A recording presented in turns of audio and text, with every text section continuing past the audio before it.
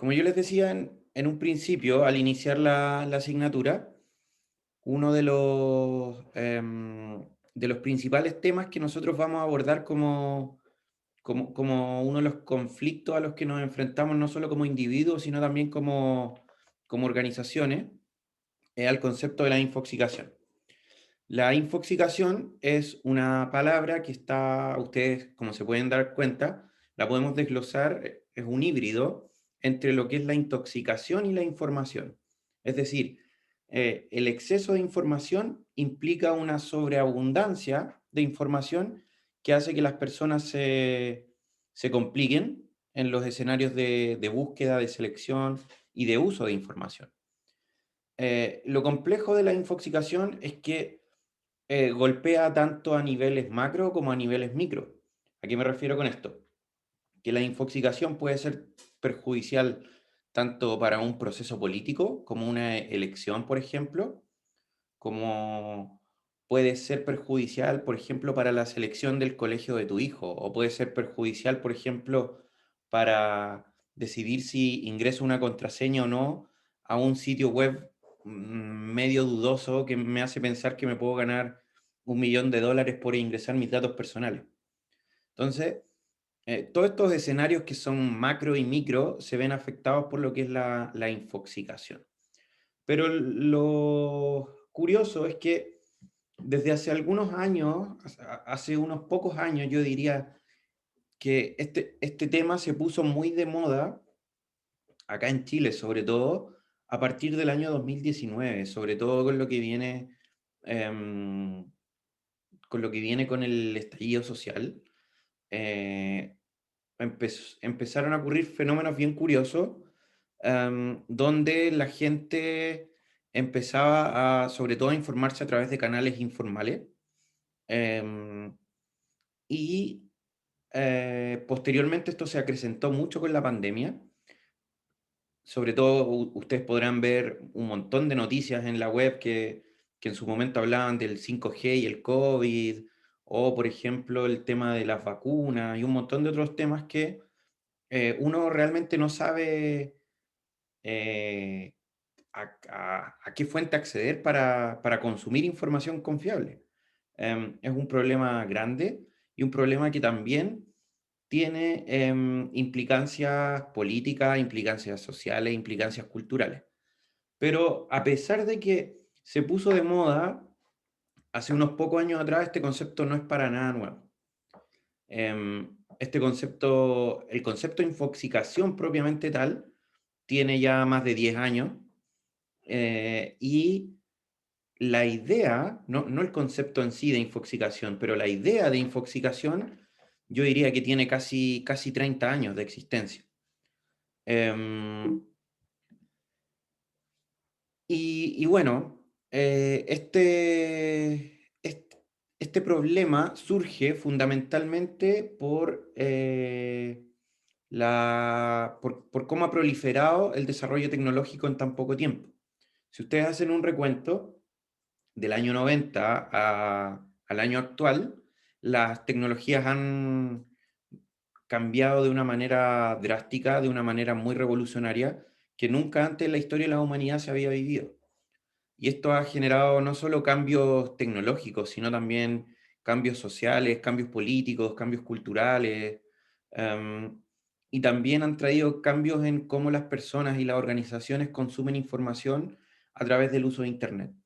La tecnología de Internet ha sido tremendamente revolucionaria y ha generado un impacto gigantesco en torno a cómo las personas interactúan con los datos y con la información. Entonces, ese es el principal desafío que nosotros vamos a abordar. Cosas que son importantes que consideren.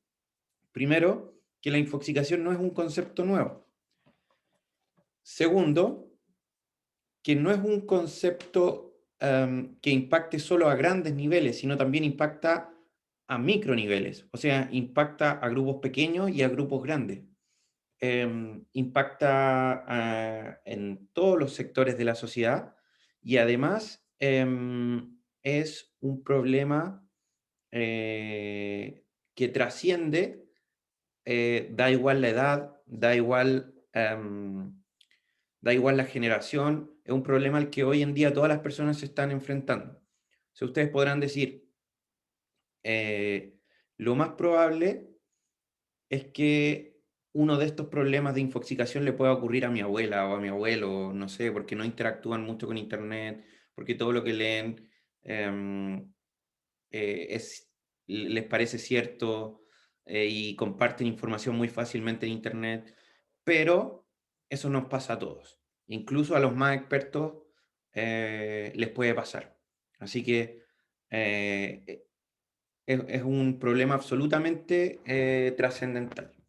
Trascendental me refiero a que trasciende a cualquier sector social, a cualquier sector etario, cualquier persona que sea un usuario más o menos activo de Internet, que me refiero, sí, me refiero simplemente que tenga WhatsApp, que tenga Facebook, que tenga Instagram o que tenga la red que sea, es susceptible a que esté de una u otra manera infoxicado. ¿Ya? Eso por una parte. Lo siguiente es contarles que si tenemos que llevar el concepto de infoxicación a una definición, vamos a decir que la infoxicación es el exceso de información. Infoxicación es sinónimo de exceso de información. Por tanto, es lo mismo que information overload. En inglés, el concepto de infoxicación se conoce como information overload.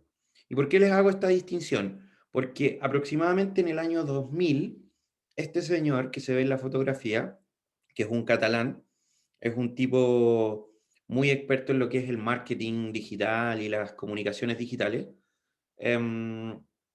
Alphonse Cornella, este señor, acuñó y habló por primera vez de lo que es la infoxicación. Sin embargo, por ahí por los años 80, cuando, digamos, todavía no había una proliferación de Internet ni nada de esto, un sociólogo norteamericano llamado Alvin Toffler habló del concepto information overload, que traducido podríamos, traducido literalmente podríamos dejarlo como una sobrecarga informativa. Y este señor, este sociólogo que yo les digo, que se llama Alvin Toffler, escribió un libro que se llama La Tercera Ola. Y en este libro, Alvin Toffler dijo que con el desarrollo tecnológico nos enfrentaríamos a un nuevo escenario, a un escenario donde el exceso de información se transformaría en un desafío, eh, básicamente porque cambia drásticamente todo el escenario que había en relación a la información. ¿Por qué? Porque hasta antes de Internet la información era tremendamente escasa. La información era difícil de adquirir, la información era costosa, la información solo la tenían unas pocas personas, personas que podían adquirirla, y de esa manera podíamos decir que el acceso a la información era simplemente un privilegio. Hoy en día nos enfrentamos a un exceso informativo, es decir, hay tanto digital hay tanta información en la web que nos resulta complejo discriminar qué información es útil o no. Es decir, pasamos de una economía centrada en la información, es decir, una economía donde la información era un recurso escaso, a una sociedad donde la información es abundante, pero el tiempo que tenemos para consumirla es escaso. El tiempo que tenemos para seleccionarla es escaso. Entonces, este fenómeno de la infoxicación consiste fundamentalmente en estar siempre online, en recibir millones y millones de datos a cada rato, e incluso no solo ser receptores de datos, sino también ser productores de datos. Cada vez que ustedes se conectan a su teléfono, están generando datos de una u otra manera, su ubicación, em, los recorridos que hacen, las páginas que consultan, los perfiles que consultan y todo lo demás, se transforman en un problema gigantesco, sobre todo porque esto genera una sobreproducción de información a la que no le podemos dedicar tiempo. Es decir, no podemos profundizar en nada. Y esto se transforma en este desafío donde prima la exhaustividad, es decir, el exceso de información sobre la relevancia, es decir, sobre la información que realmente es relevante. Tenemos mucha información, pero no sabemos discriminar cuál es la relevante y cuál no es relevante o cuál es útil, entre muchos otros elementos. En ese sentido, a grandes rasgos, la infoxicación es aquel fenómeno donde las personas se enfrentan a un exceso informativo y les resulta complejo seleccionar qué información es útil, qué información es verídica, qué información es relevante, qué sitios web son confiables, eh, en fin. Vamos a ir viendo ejemplos. La idea es que ustedes también puedan contarnos más o menos cómo han vivido esto de una u otra manera, ya sea en la pandemia, ya sea en el estallido social, ya sea con el retiro del 10%, a lo mejor quizás no les pasó algo a ustedes, pero les puede haber pasado a sus papás o en fin, de muchas maneras se puede vivir esto. Así que el gran concepto que vamos a acuñar en esta primera unidad es el concepto de infoxicación, ¿ya? La idea es que el concepto quede súper claro porque es un concepto súper holístico que abarca un montón de otros fenómenos. Por ejemplo, la desinformación, las noticias falsas, entre otros elementos, el manejo erróneo de datos, entre otros. Todo eso genera infoxicación. Entonces, para ir conceptualizando, vamos a ir pensando en qué aproximaciones tenemos nosotros antes de ir completando la unidad. ¿Qué aproximaciones tenemos nosotros, o más bien tienen ustedes, sobre el concepto de infoxicación?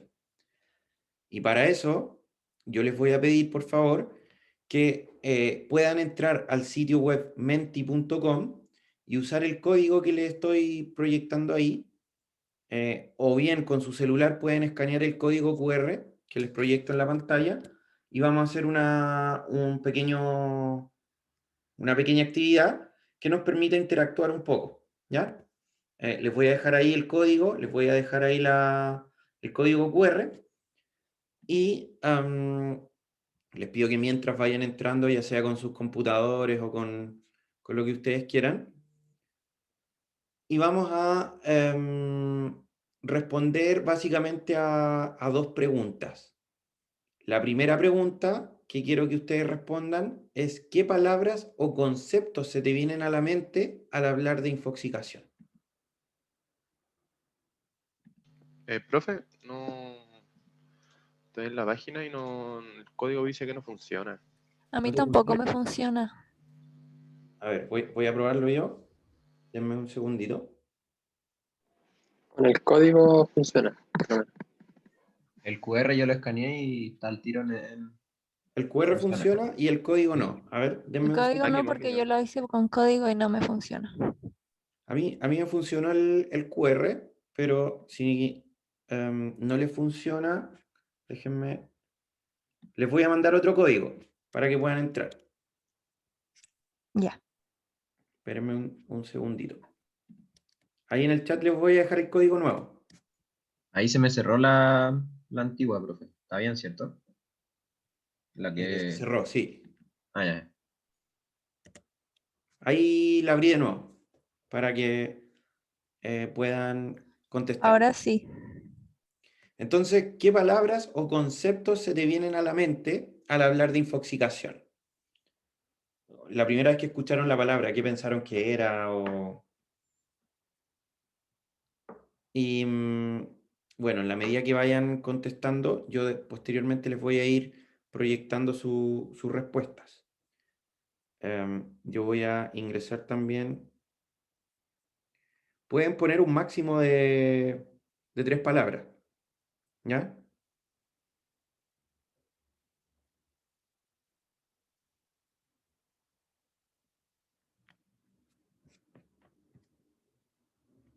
O pueden poner una, como ustedes quieran. Hasta el momento tenemos 2 respuestas.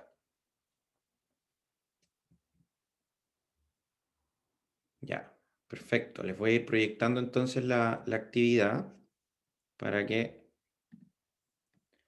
Tenemos aquí 3 conceptos que son clave. Tenemos el concepto fake news, tenemos el concepto de desinformación, tenemos el concepto de teorías conspirativas, ignorancia, filtros de información, falso, ¿qué más? Tóxico, tergiversa, ya, saturación de información, exceso de información, perfecto. Vamos generando varias palabras que van haciendo una descripción bastante aproximada a lo que, a lo que tiene relación con lo que es la infoxicación, mala información, algo que tiene que ver con lo digital, demasiada información, información errónea. Perfecto, súper bien. Nos vamos acercando a lo que es este problema, porque si bien nosotros lo planteamos como un problema, eh, a simple vista podríamos decir que el exceso de información podría ser una virtud. eh, y al ser una virtud, o sea, en términos concretos, lo que quiero decir es que el exceso de información podría ser eventualmente una virtud porque implica que mucha información está disponible para mucha gente, cosa que antes no pasaba.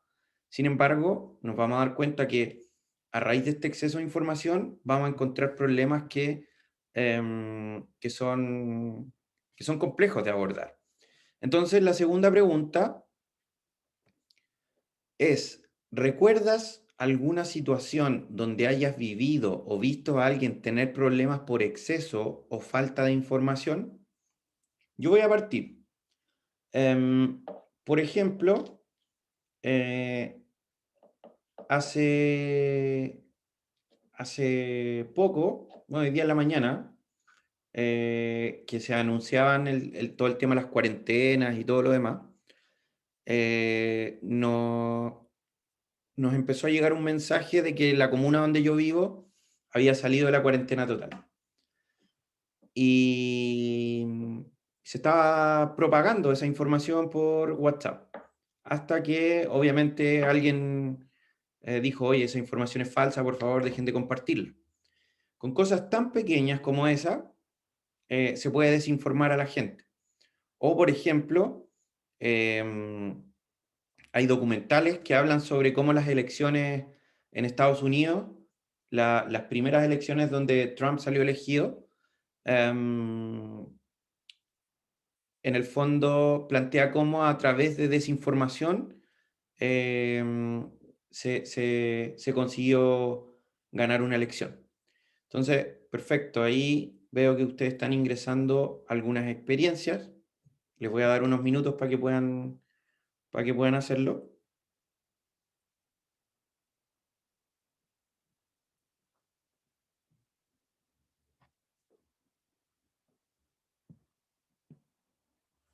Ujú, perfecto, les voy a dar un par de minutos más y después vamos a ir leyendo de forma muy, muy, muy breve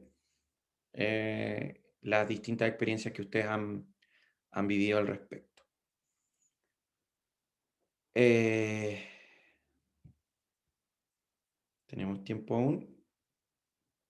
Bien, entonces vamos a ir viendo las distintas experiencias. Lo primero dicen, conversación con mi abuelo, han querido algún tipo de información y lo han planteado en la mesa. Y yo he debido decirles que la información no era exacta o simplemente era falsa. Al momento de trabajar no había noticias sobre la pandemia y no tenía información respecto a las cuarentenas. Personas mayores, al solo guiarse por titulares en internet, creen que es real sin buscar una fuente verdadera y confiable. Uy, ese concepto de fuente confiable está súper complicado hoy en día. Casos que hay cortes de luz masivo y comienzan a llegar mensajes diciendo que junten agua o algo va a pasar. Claro, esa típica reacción como media apocalíptica. Familiares compartiendo información falsa sobre nuevas variantes de COVID llegando a Chile, el tema de las vacunas. Hay gente, por ejemplo, que ha compartido información que las vacunas te pueden alterar el ADN. Sabemos que eso no puede ocurrir.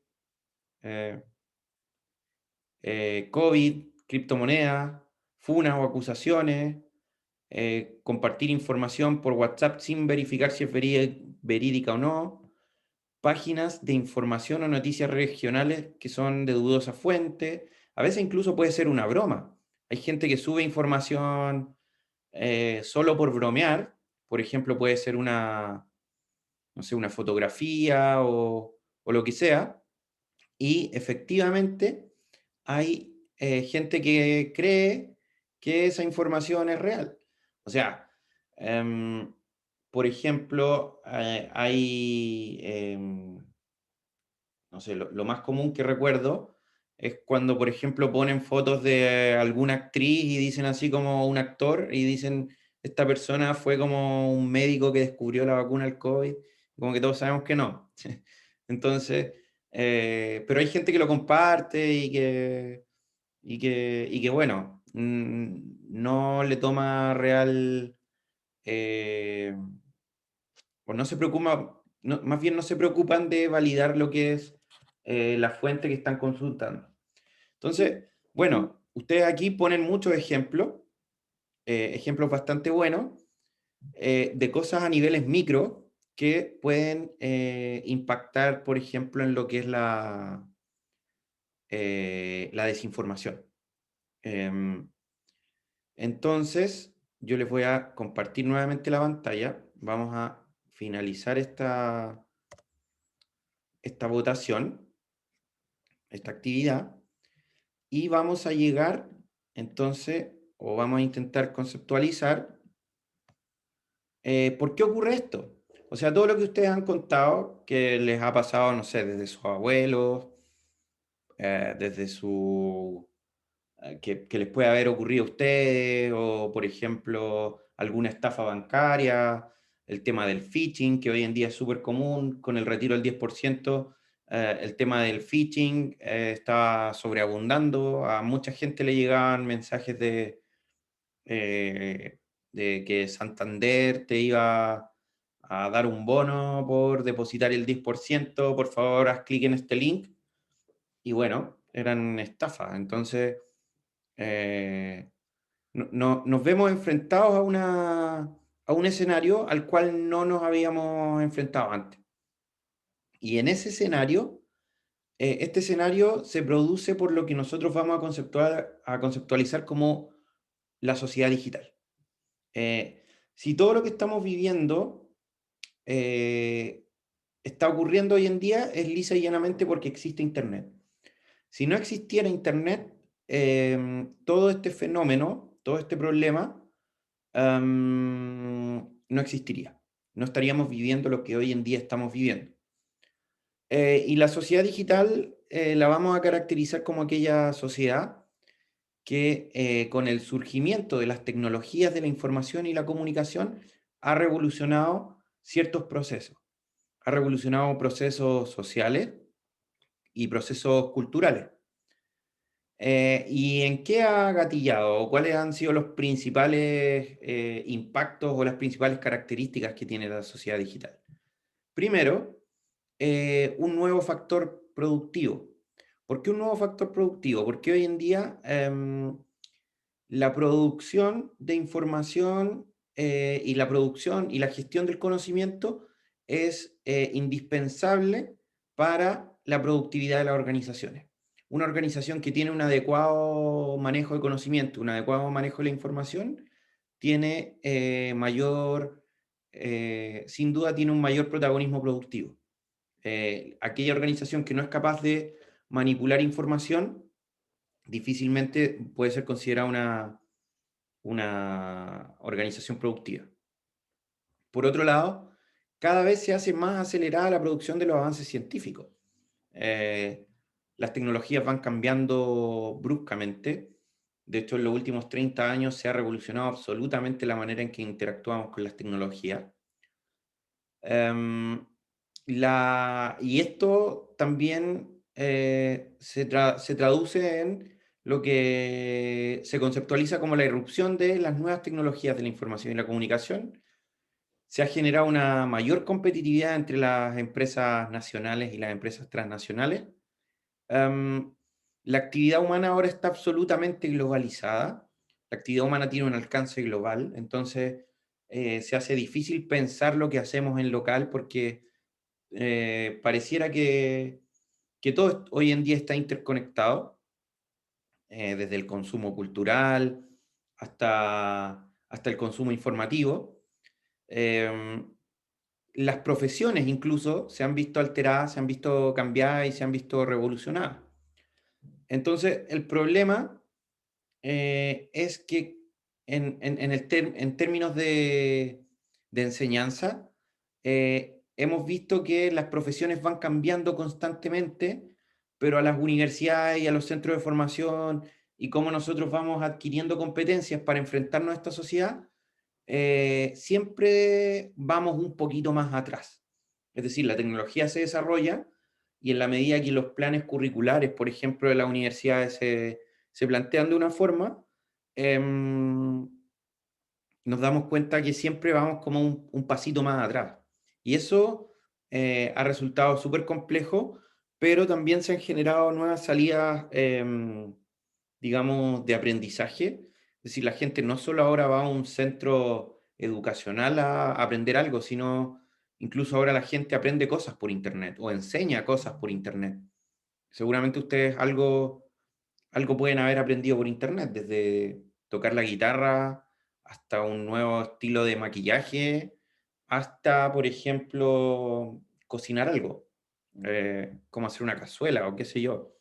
Todo eso se puede aprender por Internet. O, por ejemplo, aprender a escribir código HTML para desarrollar páginas web. También se puede aprender por Internet. Entonces,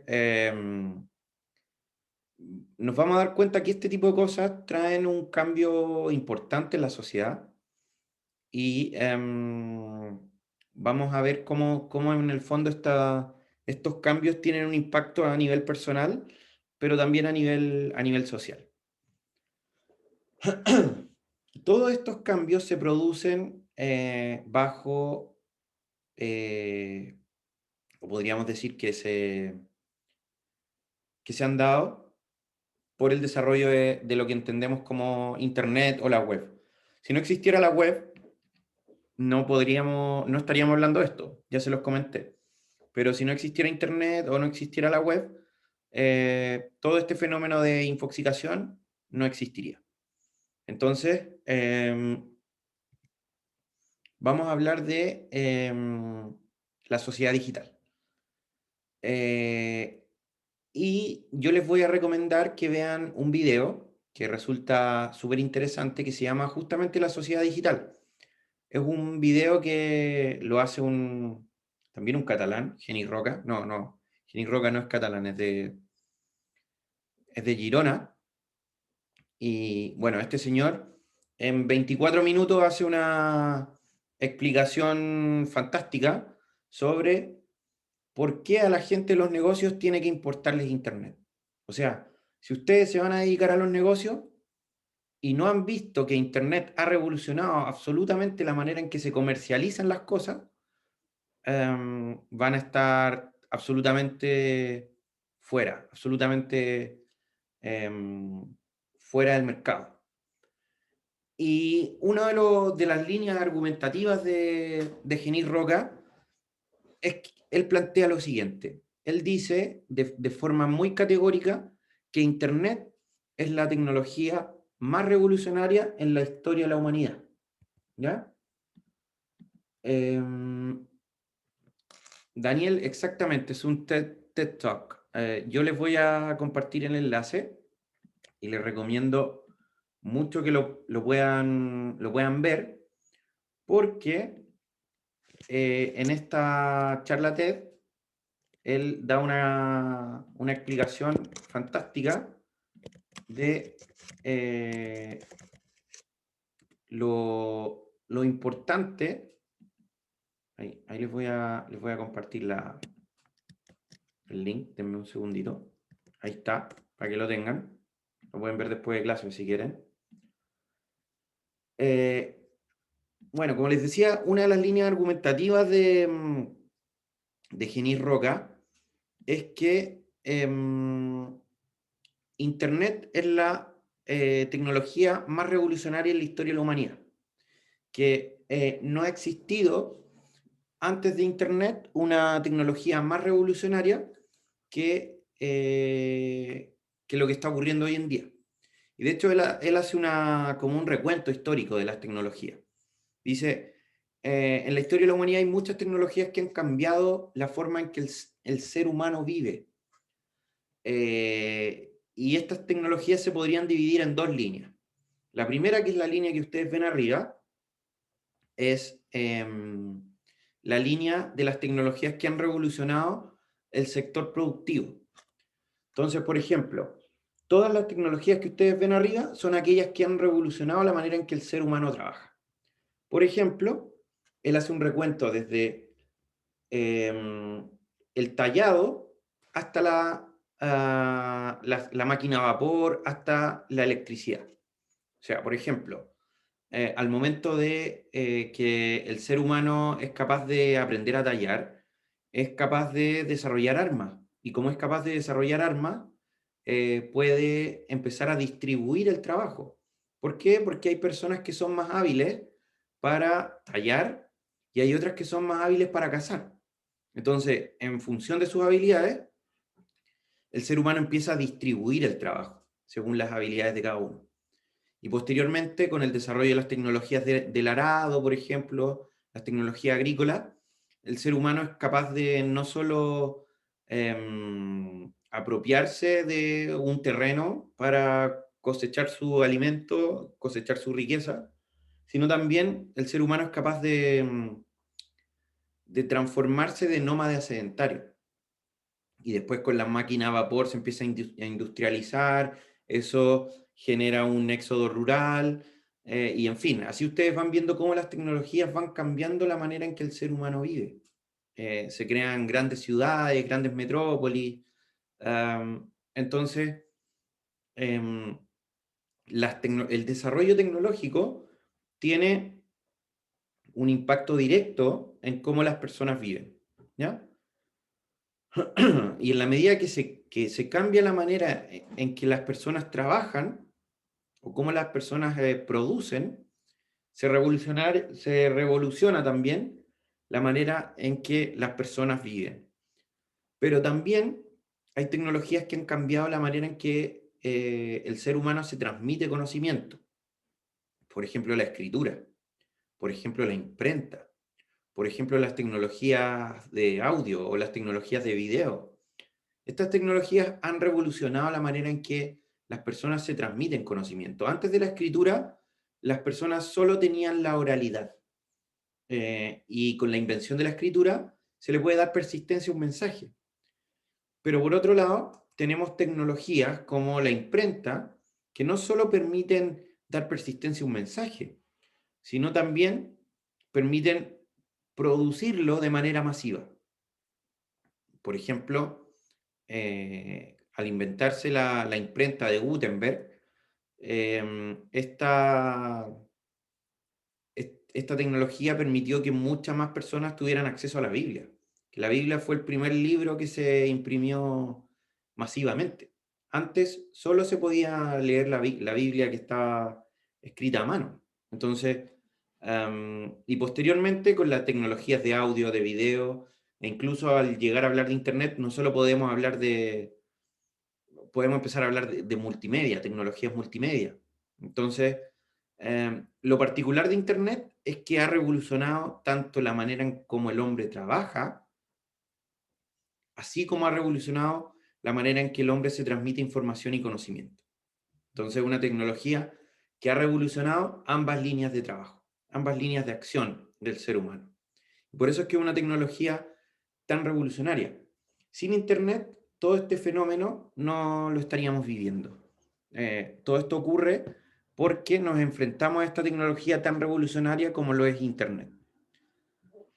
Y para explicar a grandes rasgos este fenómeno, nos vamos a remontar hace aproximadamente hace unos 110 años atrás, 120 años atrás quizás. Y podemos pensar en cómo las personas que vivían por ahí por el 1900 podían consumir contenido. Es decir, si las personas que vivían en el 1900 querían escuchar una canción, ¿cómo podían hacerlo? La única manera de hacerlo era ir a un bar o ir a la plaza a escuchar a alguien tocar música. Pero posteriormente, por ahí por los años 20 y los años 30, se empieza a masificar estas como vitrolas, y la gente efectivamente puede empezar a consumir contenido en espacios privados. Ya no era necesario ir a un lugar o ir donde alguien que supiera tocar un instrumento para escuchar música. Ahora lo podías hacer en tu propio espacio privado. Posteriormente, con la masificación de las tecnologías, me refiero, surge la televisión, surge la radio, y posteriormente incluso empiezan a surgir las cámaras fotográficas, empiezan a bajar de costo incluso. Ahora no solo las personas eran capaces de, de consumir contenido, sino también producirlo. O sea, pensemos en el año 90, en los años 90, las personas ya podían comprar su propia cámara y tomar sus propias fotografías. Antes lo común era que las fotografías las tomaban los fotógrafos. Posteriormente, no solo éramos capaces de generar contenido, sino también publicarlo. Y aquí ya estamos totalmente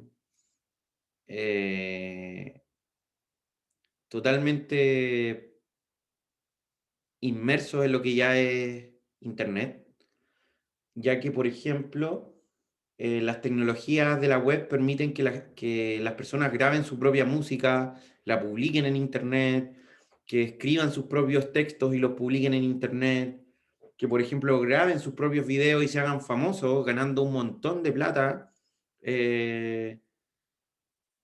con Internet.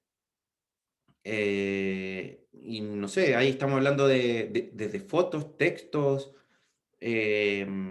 videos, y ustedes seguramente conocerán muchas otras cosas que ustedes a diario ven en Internet. Y no solo nos estamos enfrentando a este escenario donde todas las personas publican datos y publican información, sino también tenemos que empezar a pensar cómo las máquinas también están empezando a publicar información y a generar contenido. O sea, cada vez más se están haciendo famosas los objetos inteligentes. Y ahí empezamos a hablar del concepto que les recomiendo que lo googleen, el concepto de Internet de las cosas. Es decir, cómo los objetos cotidianos se empiezan a conectar a Internet. Y cómo estos objetos cotidianos que se conectan a Internet son capaces de publicar datos. Por ejemplo, la mayoría de las personas en Chile tienen un dispositivo, un celular, que se conecta a Internet. Y ese dispositivo genera datos. Genera datos no solo de a quién llamo, de a quién le escribo, sino incluso genera datos de cuántas horas duermo al día, cuántos pasos di en el día, hacia qué lugares fui, hacia qué lugares acostumbro ir, qué páginas acostumbro visitar, qué productos acostumbro cotizar, entre otros datos. Imagínense lo que ocurre, por ejemplo, cuando la tele se puede conectar a Internet, cuando el reloj se puede conectar a Internet, cuando las cámaras de seguridad están conectadas a Internet, en fin, los objetos se empiezan a conectar a Internet y empiezan a generar datos. Y esto va a traer también cambios sociales súper importantes, cambios en el consumo cultural, en el consumo de información. Entonces, fíjense que en los últimos 100 años, en los últimos 120 años, el panorama del consumo de información ha cambiado drásticamente y lo más complejo es que va a seguir cambiando. Esto no es algo estático, la tecnología se va a seguir desarrollando y esto va a seguir cambiando. ¿Ya? Hasta aquí, ¿alguna duda o algún comentario? ¿Algo que quieran aportar, señalar, complementar?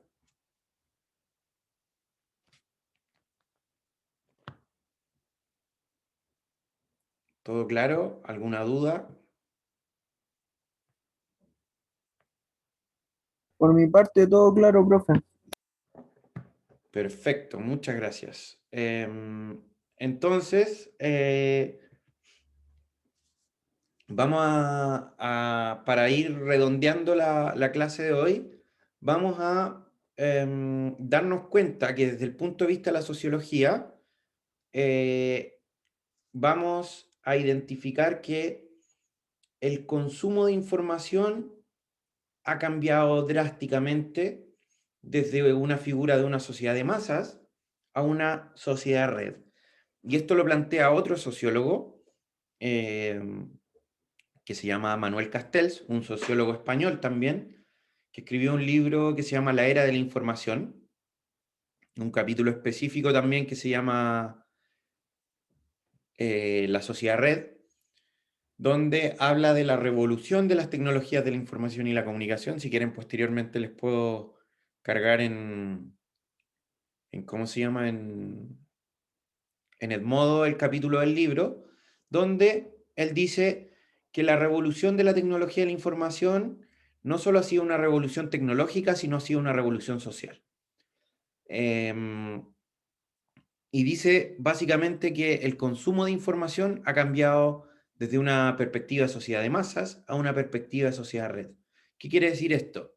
En simples palabras, imagínense ustedes hace 10 años, bueno, quizás son cosas que ustedes no alcanzaron a vivir, pero hace 10 o 20 años atrás tú veías televisión y se produce justamente el fenómeno que está latente en el primer gráfico. ¿A qué me refiero? Que cuando uno veía la televisión no tenías más alternativa que ver la televisión. Y ustedes dirán, bueno, eso tiene todo el sentido del mundo, ¿qué tiene de malo?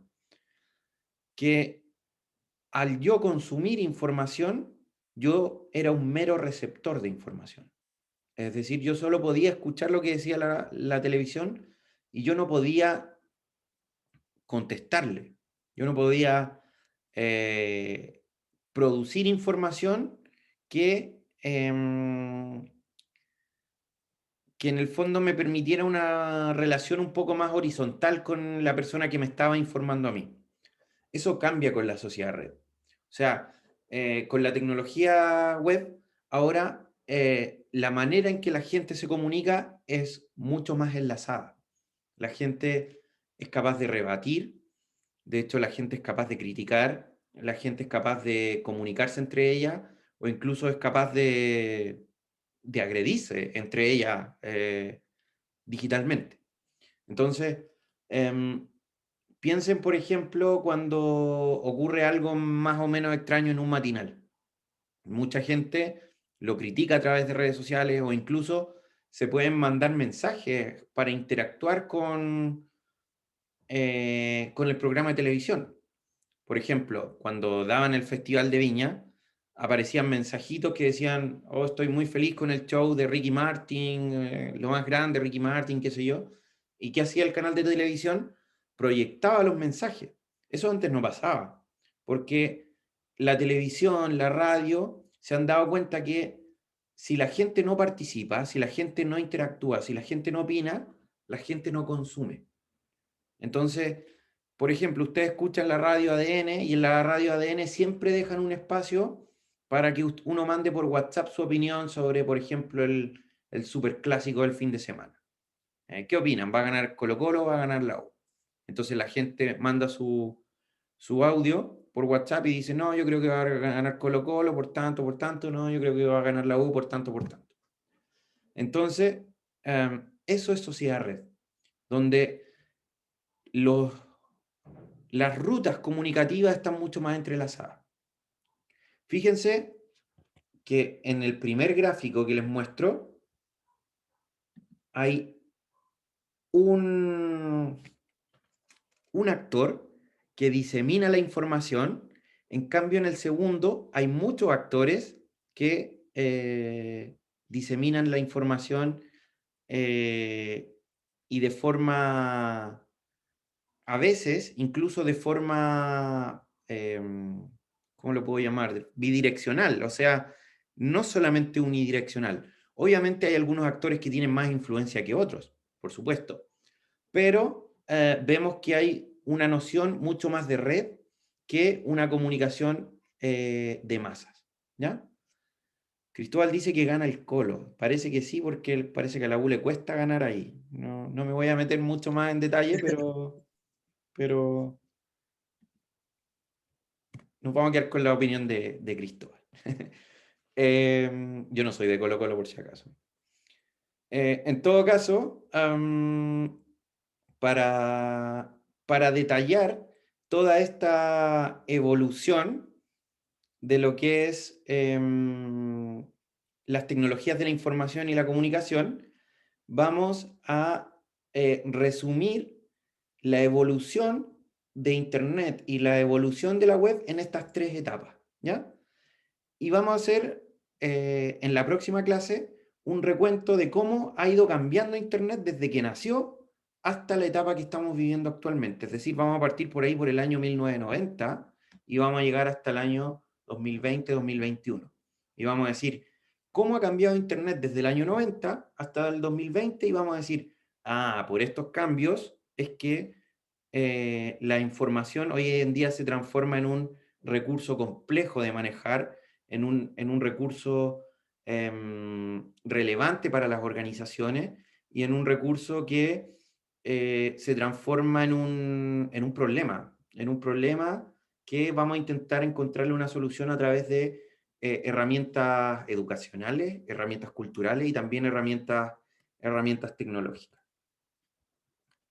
Bien, así que con esto cerramos la clase de hoy. Estamos más o menos justos en el tiempo. Así que con esto finalizamos.